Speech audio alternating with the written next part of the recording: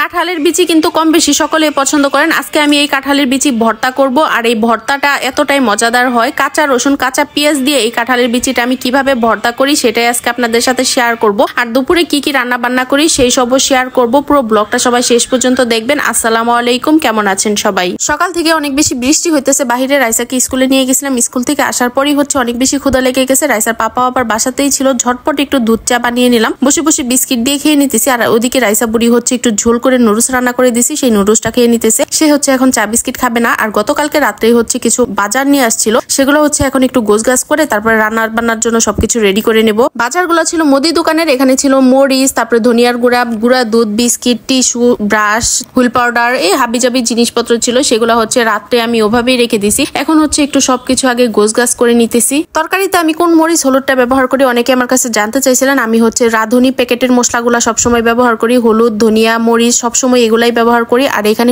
কিছু কাঁঠালের বিচি ভেজে নিতেছি। এগুলো ভর্তা করব। প্রথমে আপনাদের সাথে শেয়ার করছিলাম যে আজকে কাঁঠালের বিচি ভর্তা করব। আর কাঁঠালের বিচিগুলো আমি একদম অল্প আছে জাল করে নিতেছিলাম, মানে ভাজা ভাজা করে নিতেছিলাম। অনেকে আমি আবার দেখছি কাঁঠালের বিচি সেদ্ধ করে ভর্তা করে। আমার কাছে ভাজা কাঁঠালের বিচি ভর্তাটাই বেশি ভালো লাগে। আর ওইদিকে কিছুটা ডাল আমি রাইস কুকারে বসাই দিলাম। আর এদিকে যে মুরগির মাংসটা নিয়েছিলাম সেটা হাতে মেখে রেখে দেবো। এখানে কিন্তু আমি ব্রয়লার মুরগির মাংস নিয়ে নিছি। আর ব্রয়লার মুরগির মাংসটা আজকে একটু অন্যভাবে রান্না করবো। এদিকে হলুদের গুঁড়া, মরিচের গুঁড়া, ধনিয়ার গুঁড়া, স্বাদ মতো লবণ, তারপরে আদা রসুন বাটা, জিরা বাটা সবকিছু দিয়ে সামান্য একটু তেল আর পেঁয়াজ দিয়ে দিছি। এখন মাংসটা ভালো করে মেখে রেখে দিলাম। আর এদিকে কাঁঠালের বিচিগুলো ভাজা হয়ে গেছে। কাঁঠালের বিচিগুলো যদি গরম গরম ভর্তা না বানানো হয় পরে কাঁঠালের বিচিগুলো একদম শক্ত হয়ে যাবে, তখন আর ভর্তা বানানো যাবে না। মানে ভর্তা বানানো গেলেও কষ্ট হয়ে যাবে। যার জন্য এদিকে প্রথমে কাঁঠালের বিচিগুলো নিয়ে আগে ভর্তা করে নিতেছি। আর এদিকে মরিচটা তো বেটে নিছি। আর এখানে কাঁচা রসুন দিয়ে দিলাম। কাঁচা রসুনের জন্য অনেক সুন্দর একটা ঘ্রাণ আসে, আপনারা দেখলেই বুঝতে পারবেন। রসুনটা কিন্তু আমি পুরোপুরি একদম মিহি করে ফেলিনি, হালকা আদা বাটা করে নিছি। আর এদিকে কাঁঠালের বিচিগুলোও কিন্তু আদা বাটা করে নিতেছি। পুরোপুরি মিহি করে ভর্তা করবো না, পুরোপুরি মিহি করে ভর্তা করলে সেটা ভালো লাগে না। আর এদিকে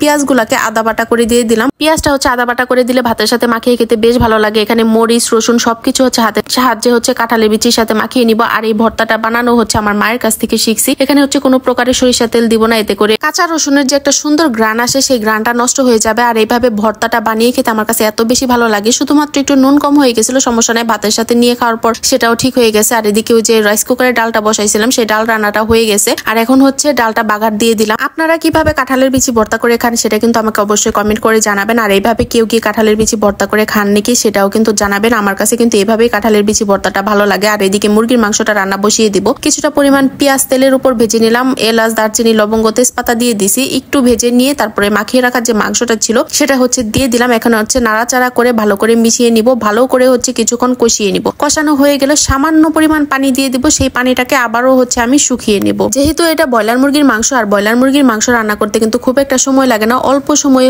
রান্নাটা হয়ে যায়। আর এদিকে আমার ব্রয়লার মুরগির মাংসটা রান্না প্রায় হয়ে গেছে। এই ঝোলটুক এমনিতেই টেনে যাবে। উপরে কিছুটা ভাজা জিরার গুঁড়া দিয়ে দিলাম, এতে করে সুন্দর একটা ঘ্রাণ বের হবে। সবগুলা তরকারি আমার রান্না বান্না করা হয়ে গেছে। আর এদিকে এখন রাইস কুকারে ভাতটা বসিয়ে দিব। আর তরকারি সবকিছু রান্না বান্না শেষ করে শেষে আমি ভাতটা বসিয়ে দিই। এতে করে গরম গরম ভাতটা তরকারির সাথে খাওয়া যায়। আর আমাদের বাসাতে গরম গরম ভাত ছাড়া রাইসার পাপা একদমই খেতে চায় না। যার জন্য রাইসার পাপা বাসায় আসার কিছুক্ষণ আগে আমি ভাতটা রান্না বসিয়ে দেই। তারপরে ভাতটাও গরম গরম থাকে। আর দুপুরে যখনই খেতে বসি তখনই কারেন্টটা থাকে না। এদিকে খাবার দাবারের জন্য সবকিছু আমি রেডি করে নিছি। দুপুরে এখন খাওয়া দাওয়া করে নিব। আর সন্ধ্যার দিকে রাইসার পাপা কিছু পুরি নিয়ে আসছিল, একদম গরম গরম ছিল। পুরিগুলা খেতে বেশ ভালো লাগতেছিল। আর এই ছিল আজকে সকালে দুপুরে রান্না বান্নার ভিডিওটা কেমন লাগলো অবশ্যই জানাবেন। লাইক, কমেন্ট, শেয়ার করে দিবেন। পেজটা ফলো দিয়ে দিবেন। ইউটিউব চ্যানেল থেকে দেখে থাকলে চ্যানেলটা সাবস্ক্রাইব করে দিবেন। আজকের মতো ভিডিওটা এখানেই শেষ করছি। আল্লাহ হাফেজ, ভালো থাকবেন সবাই।